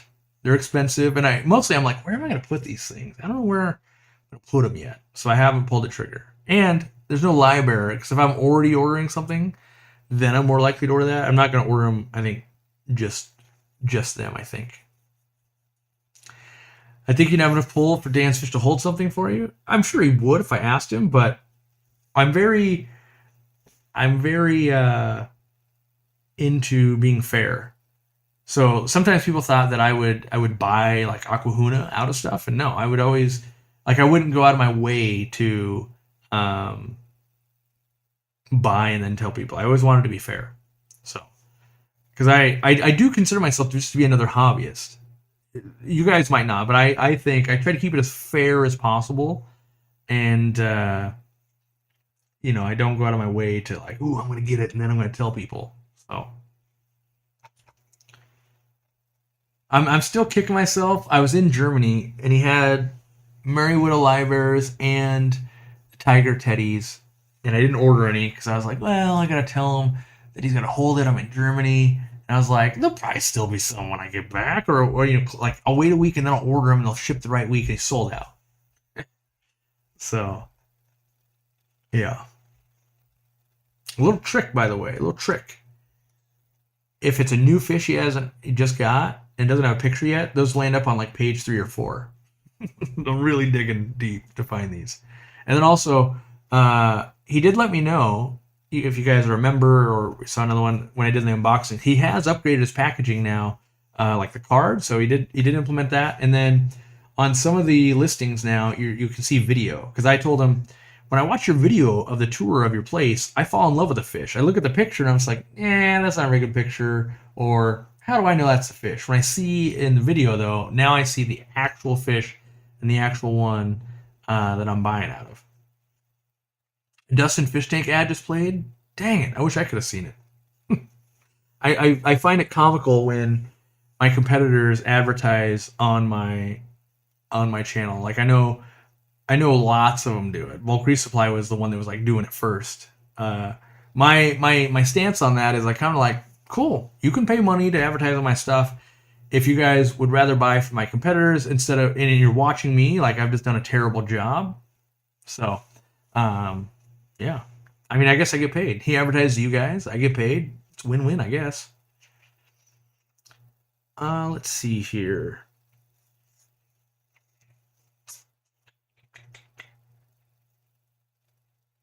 The see-through guppy would be fun to work with. Yeah, I encouraged AquaPros to get some see-through guppies. He's doing some testing trials with his foods, and he's falling in love with breeding fish. And I was like, you gotta get the see-through guppy. That's gonna make showing digestion and fry production, all that, way easier on camera for you. So maybe he'll get some of those. Let's see. One of Dean's recent Instagram posts looks like he made something with the Easy Flow kit. Will you guys be making a video? I haven't even seen that or talked to him about it yet, so I don't know. I don't know that answer. You know, the past 2 weeks, I was in Germany, different time differences and stuff, and so I don't get back to people as quickly. Plus, I'm in a different frame of mind. When you barely have any internet because you're in a foreign country and you're 5 hours on the road, and you send a message and you're like, oh my gosh, it's been 2 hours, still hasn't sent. Ugh. I've seen so many bulk resupply ads. Yes.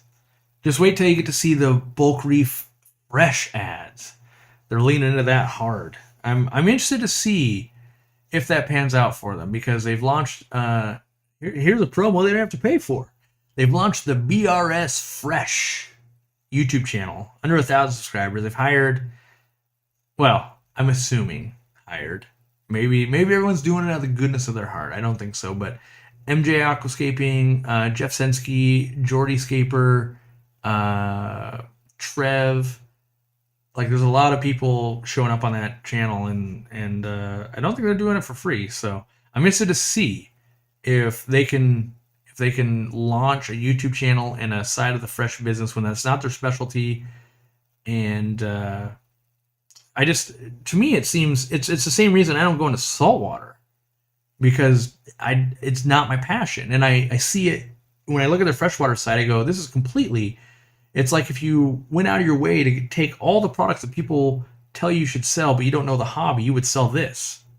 Like when you click on filters, like they have 5 different brands of canister filters. Like they're basically just going, look, we leverage what we've done in saltwater. If we just sell all the freshwater, we got to win, right?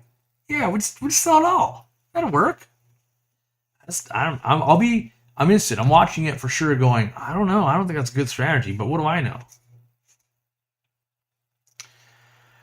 Xavier says, the thing about fish products isn't that it's actually better for fish growth. It's just that it stimulates feeding response really, really well. So a lot of the time, the balance is putting as... It's probably got to wait 6 seconds before I can follow up. Hey, Corey, just want to say thanks for the reason I stay in the hobby. Every time I hit burnout, I rewatch your old fish room videos, and I'm refreshed and inspired. And I watch your videos, and they're so bad that I feel like, well, at least I'm better than Corey. I added that last part. Did I ever figure out that Anubias dying problem when ordering from the farms? I'm not going to say I figured it out. We are doing better. We actually, our plants, so we did a few things. One, I started doing testing. 2, we put someone that was full-time in charge of our plants, the warehouse and everything.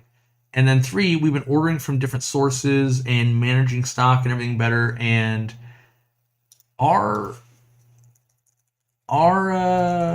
plants are so dialed in at the moment that I can't share this because it shows stuff I can't show you, but it's really got some of the damage rates, or what do I want to say here? How do I want to say this? We've done such a good job at preventing a bad plant from getting sent out. We got to be tenfold better than we were. It is amazing. Now there's still problems. Still things freeze to death. Things get lost in the mail. All of that. But like, what is it? Let's see here. Dwarf Sagittaria.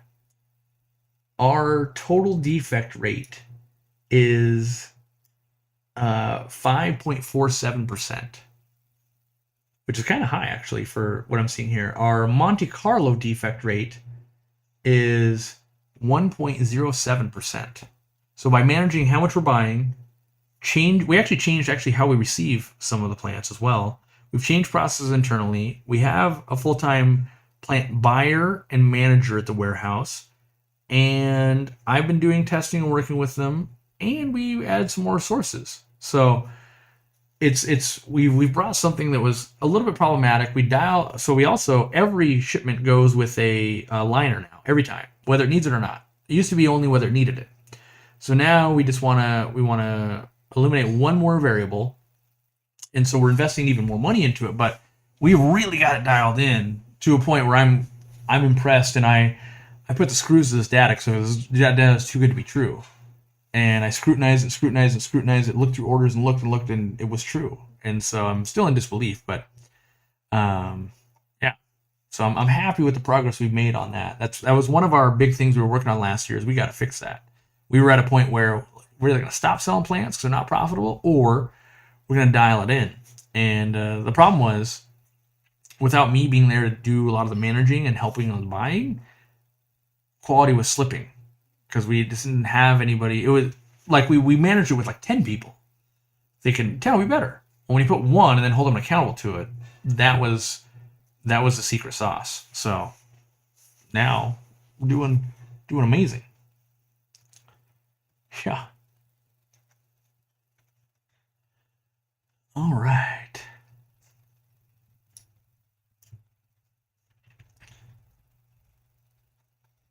Let's see. Got about 20 minutes left. All right. I know my re-entrance in the hobby to Corey's M&M video. That's right.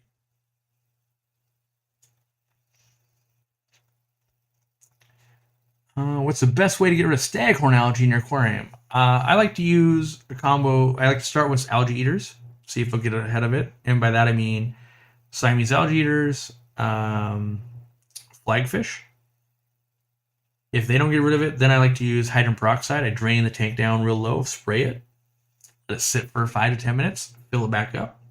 Usually it'll kill it off, and then the fish that you already have in there, the algae eaters, will pick it off and finish cleaning it. You can kind of see that transformation happen in the first 40 breeder in my fish room. Had that problem kind of real bad, and then that's how I fixed it. And that's how I usually always fix it.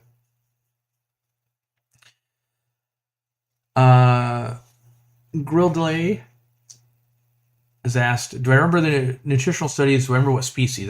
You're going to have to rewind like 20, 30 minutes. I already answered that, so I don't want to answer it again, because if people are listening to this, they're going to go, hey, he's talking about the same thing again. So it's in there, though. I did answer it. Dale says, I've asked like 20 questions. Well, Dale, my guess, you might be kind of newer to this live stream thing with us. And this happens usually every week. Someone will be like, my question's not getting answered. Well, there's, lots of comments going. I just kind of pick them up as I see them, and I haven't seen yours. And unfortunately, the two I've seen were, one, you asking if I only answer remember-only question, and another time, you saying, I've asked 20 questions.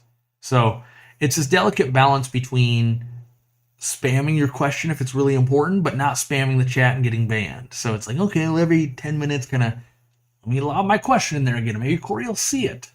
That's the best that I can do, because the honest answer is I can only answer so many questions in 2 hours, and I can only read so fast, and sometimes I just skip over it.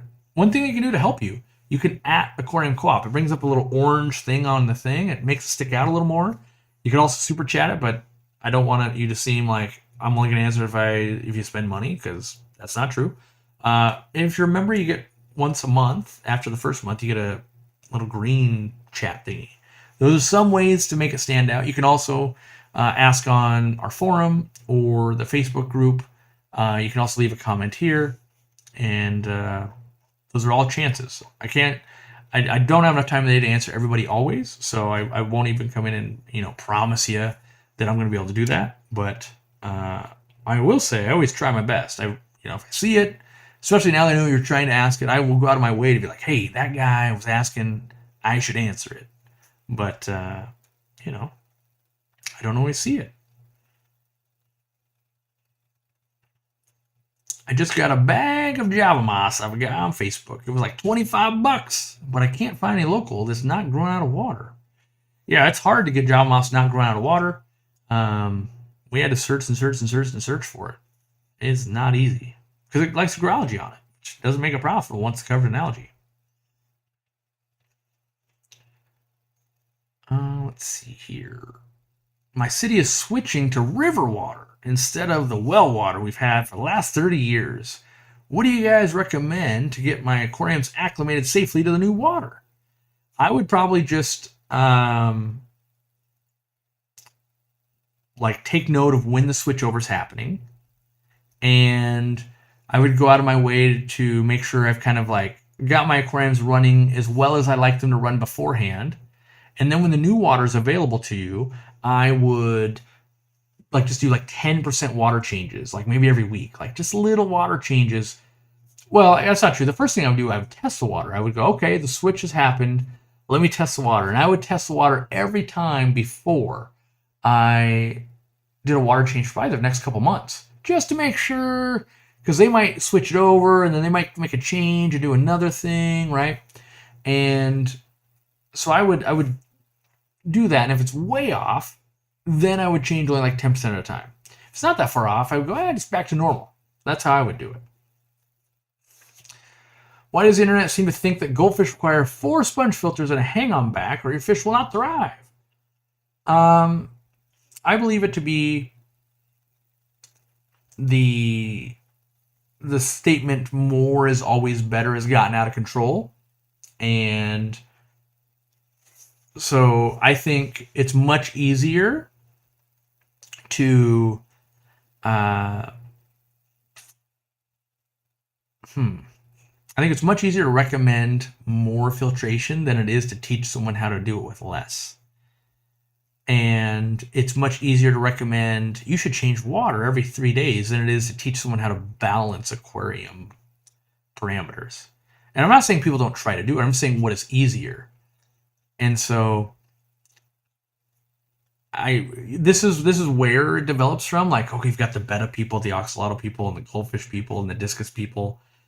You get these certain types of fish, and they get these like cultish followings, and they get, it used to be just micro influencers basically that would lead the charge. And so like if I looked at goldfish right now, and over the last, like my career on YouTube, I would say for a long time Jenny of Solid Gold led the charge and was like, if she was doing something, other people would say, hey, that's what you should do.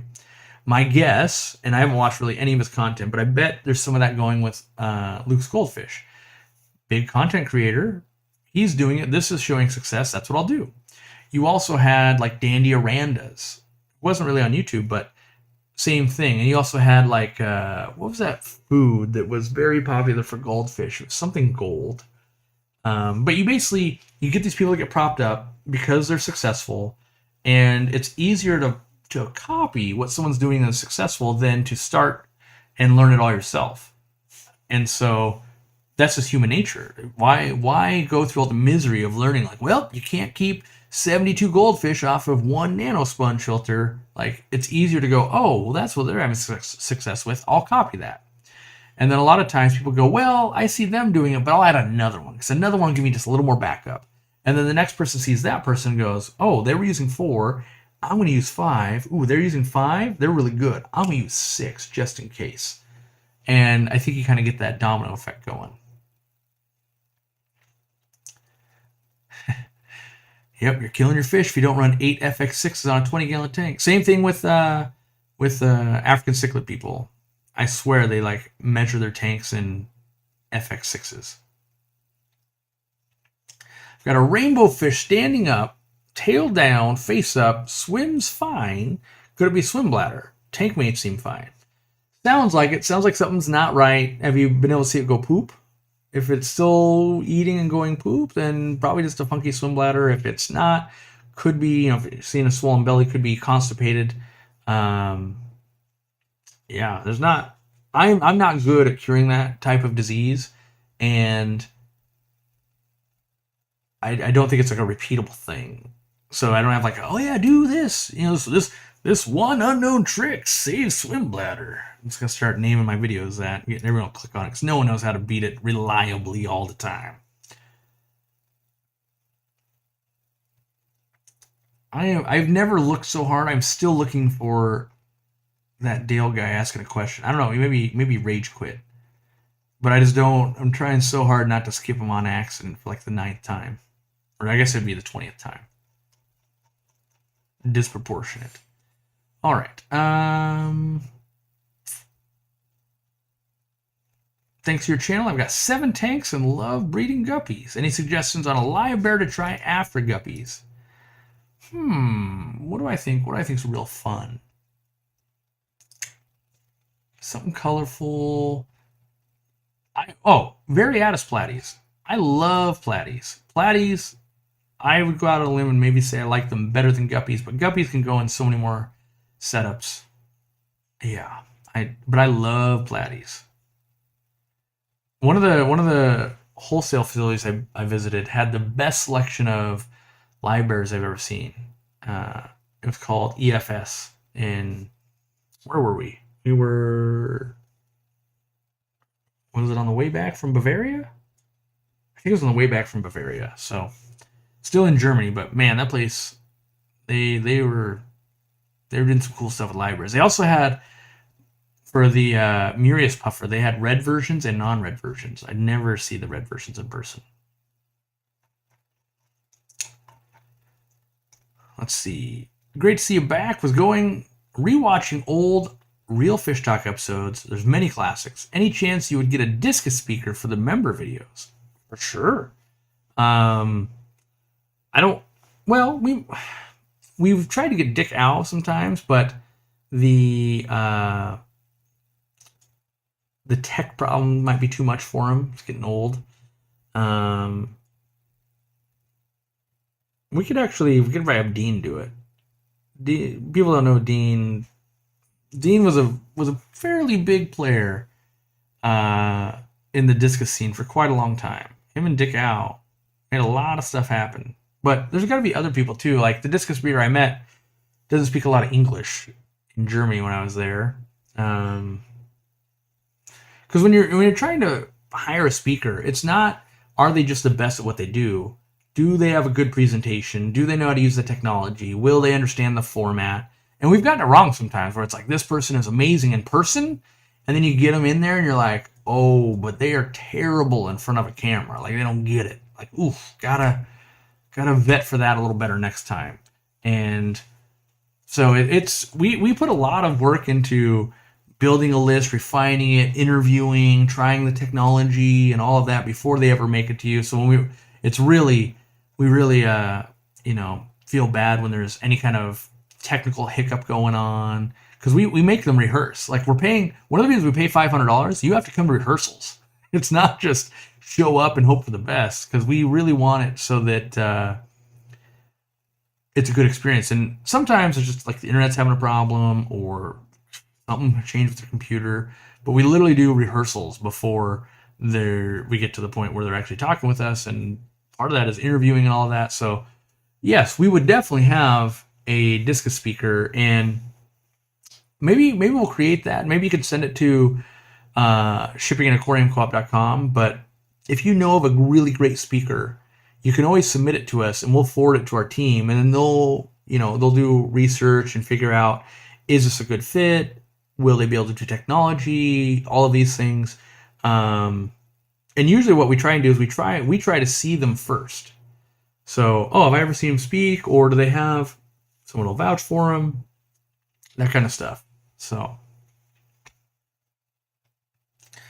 considering ordering from Aquahuna, but the priority shipping over the next day. But for some reason, the priority shipping over the next day gives me anxiety. When I ship fish, I only ever ship priority. Fish shipped well should be able to last several days in shipping. That's just the reality of it. Now, there can always be stuff that goes wrong. The other thing is, if it's going to cause you anxiety, go buy it from someone more expensive. So like Dan's Fish, for instance. The fish will be more expensive, the shipping will be more expensive, but they'll be overnighted. The quality of the shipping procedures will be better. But most people, not most, but a lot of people, they're going to go, yeah, but I save so much more money when I pay only $25 for shipping or $15 for shipping, and the fish are cheaper. And the thing that people, no matter how many times we've shown them on video, we do everything, people have to remember, buying from Aquahuna is a wholesale experience. We buy from them as a wholesaler. We put them into quarantine. That's why we're saving so much money. When you're buying from someone like Dan's Fish, the quarantine's already been done. Now, you should still always quarantine, but there is a different product there. It's basically like buying, like I would put it back into food, because that's what I know, right? I would say buying from Aquahuna is like a take and bake pizza, right? Yeah, they're going to put it together and it's going to be good and all that, but you got to get it home, you got to cook it. And you still got to quarantine and all that. Buying from Dan's Fish, that's like having good, expensive pizza delivered. Now, take and bake pizza, you're like, yeah, but I'm getting the pizza for $12, real cheap. That high-end delivered pizza, you're like, it's $35 a pizza. Typically, they use better ingredients, put more ingredients, that kind of stuff. They are the same, but also very different. So, if you're feeling anxiety, maybe spend more and feel less anxiety with somebody else. Or know that a lot of fish are shipped priority, and I used to do it all the time, and most times it works out really, really well. But do know that you are buying, a different product, and that's why it's different priced.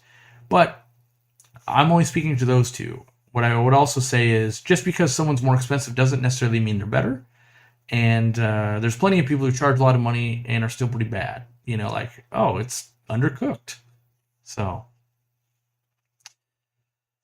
I just got into platies. I'm currently trying to cross males with some swordtail females. Does not seem to be going well. Is there any hope? I haven't tried that myself, but all the color in swordtails come from platies, so it must be doable. But I haven't gone out of my way to play with those genetics. I just find really cool platies that I like, and then I breed them and try to make them slightly cooler through line breeding. But I haven't gone to make my own or anything. That makes sense. I bought fish from Dan's a couple years ago, and I've always had a great experience. Wait, Yeah.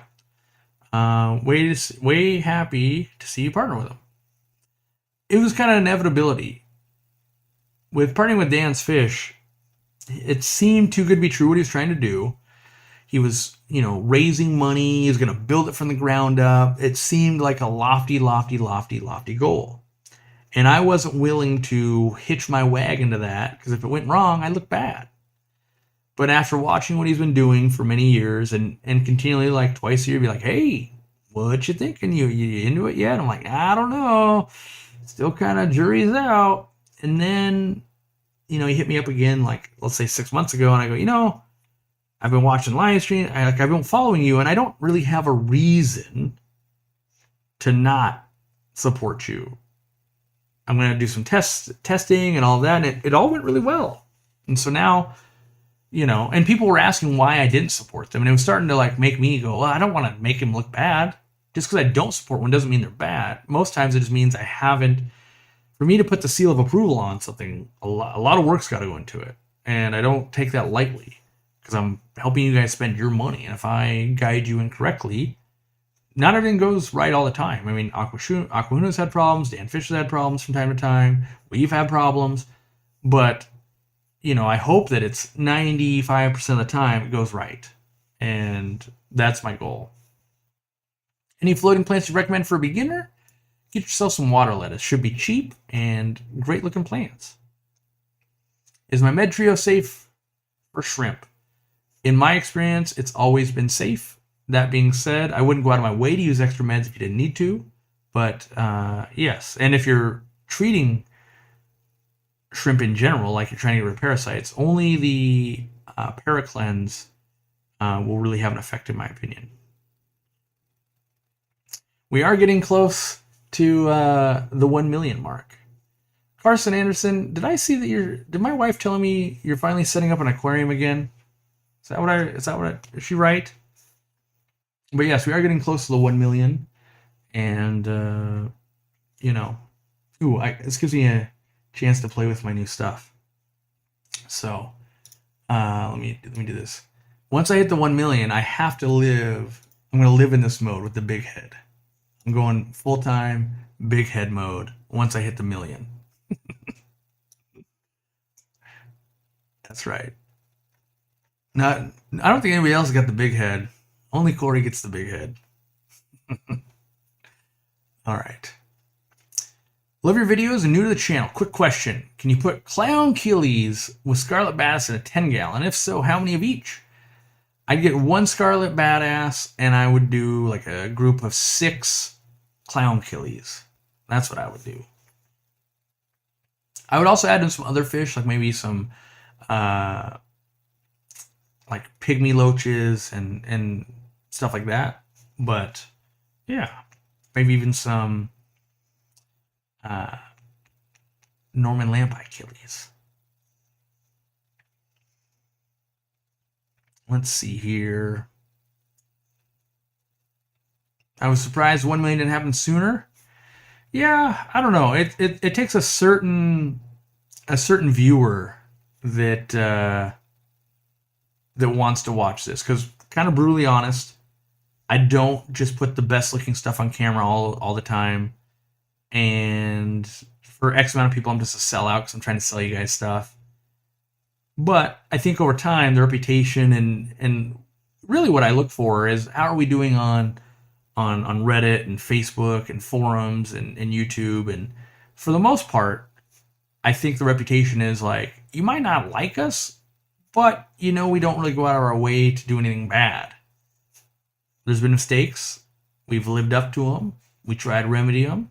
But hey. All right, we gotta end the big head mode. I don't have the 1 million yet. We're gonna go to invisible mode. You ready for invisible mode? Tell me that's not creepy. Let's see here.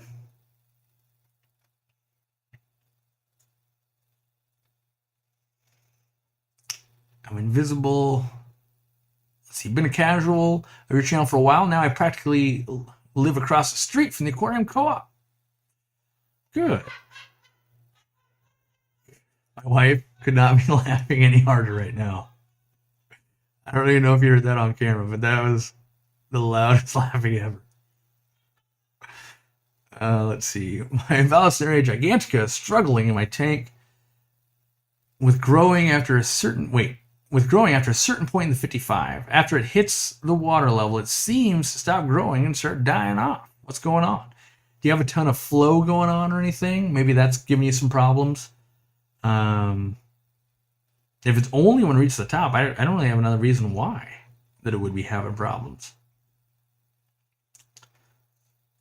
Oh, you could hear. Yes, that was Katie laughing that loud and that hard. Let's see what else I can do. The emoji face. I've realized I have the resting bee face because if I'm not actively talking, it always looks like I'm frowning. Oh, wait, it kind of goes between the two now. I'm gonna switch to what else can I do? I could do. Ooh, I'm gonna put a cat on my head. All right.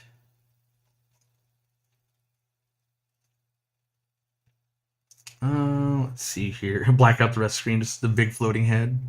That'd be cool.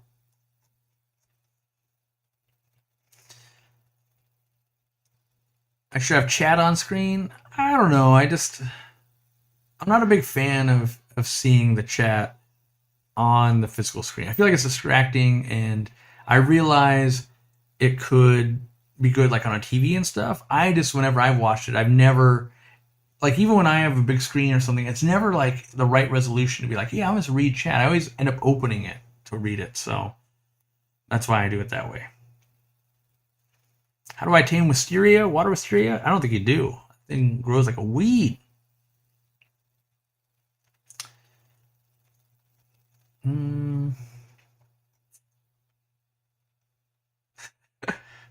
Been lurking? What's happening? I'm dying. That's right. I brought all the tricks for this live stream. Oh, we're over 2 hours? I can save my tricks. I got more. That's right. The real reason I wasn't streaming is I was getting all these filters working. That's right. That's right. All right. Well, I'll probably be back next Sunday. I think that's true. I'm skipping a kid's birthday party to be here. Yeah. Thanks for supporting us. Thanks for watching the videos. If you can, buy our crap. That's always beneficial. If it's between us and one of our competitors and you don't have a good reason to not buy from us, please buy from us. What else do we got? Sign up for notifications down in the description. You can get a text when we go live. Hopefully they'll approve our numbers, so it'll actually go live this time. And or it'll actually go out this time. It didn't go out because we weren't approved because we haven't done it in so long. Let's see here. What else? Obviously got to pay compliments to somebody this week. Have a good time with your tanks. Look for the new videos from Germany. Check out the Chris Lucup channel. And yeah, I think that's about it. I'll be around. Leave comments down below. Join the Facebook group. Do all of that. And yeah, we'll have a good time. Thanks for hanging out. I think dinner's ready. And I got to go talk to Dorkula. She's probably going to laugh at me. So we'll see you around. Bye-bye.